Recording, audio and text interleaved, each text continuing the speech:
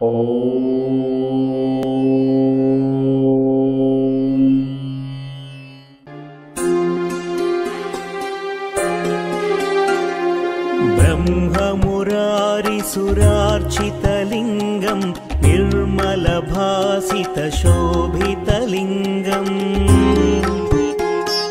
जन्मजदुःखविनाशकलिङ्गं तत्प्रणमामि सदा शिवलिङ्गम् देवमुनिप्रवरार्चितलिङ्गं कामदहनकरुणाकरलिङ्गम् रावणदर्पविनाशनलिङ्गं तत्प्रणमामि सदा शिवलिङ्गम्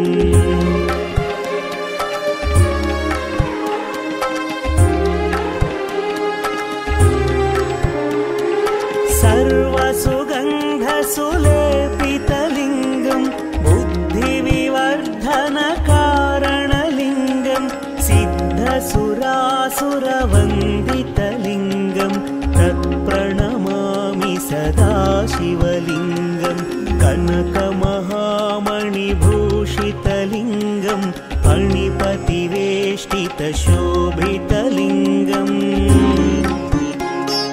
दक्षसुयज्ञविनाशनलिङ्गं तत्प्रणमामि सदा शिवलिङ्गम्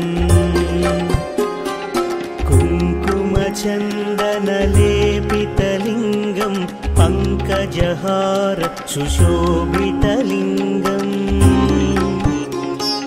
सञ्चितपापविनाशनलिङ्गं तत्प्रणमामि सदा शिवलिङ्गम्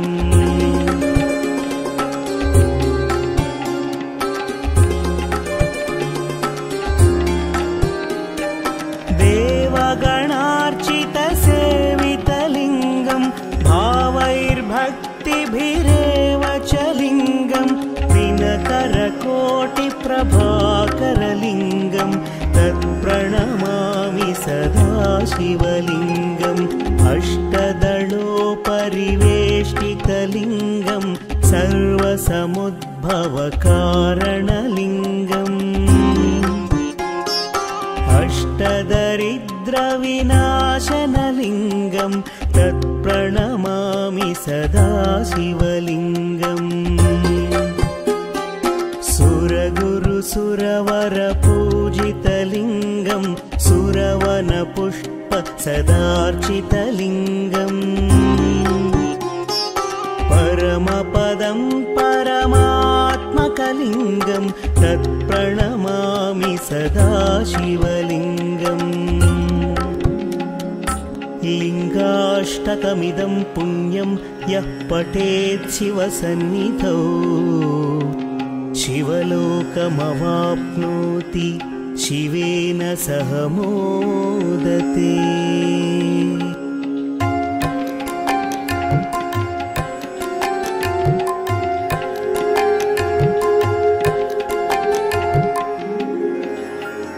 प्रभुं प्राणनाथं विभुं विश्वनाथं जगन्नाथनाथं सदानन्दभाजम्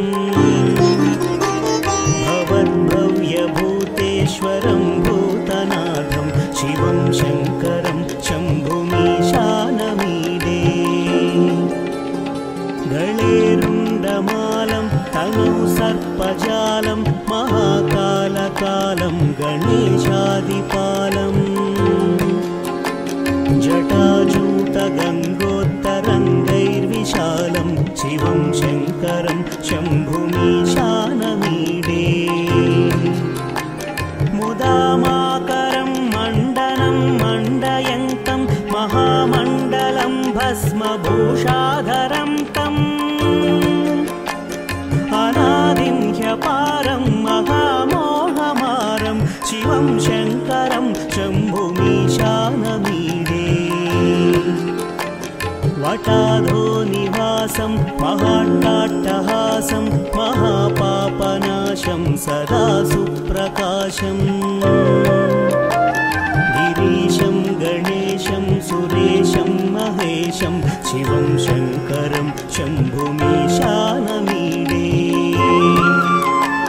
गिरीन्द्रात्मजा सङ्गृहीतार्थदेहं गिरौ संस्थितं सर्वदा पन्नगेहम्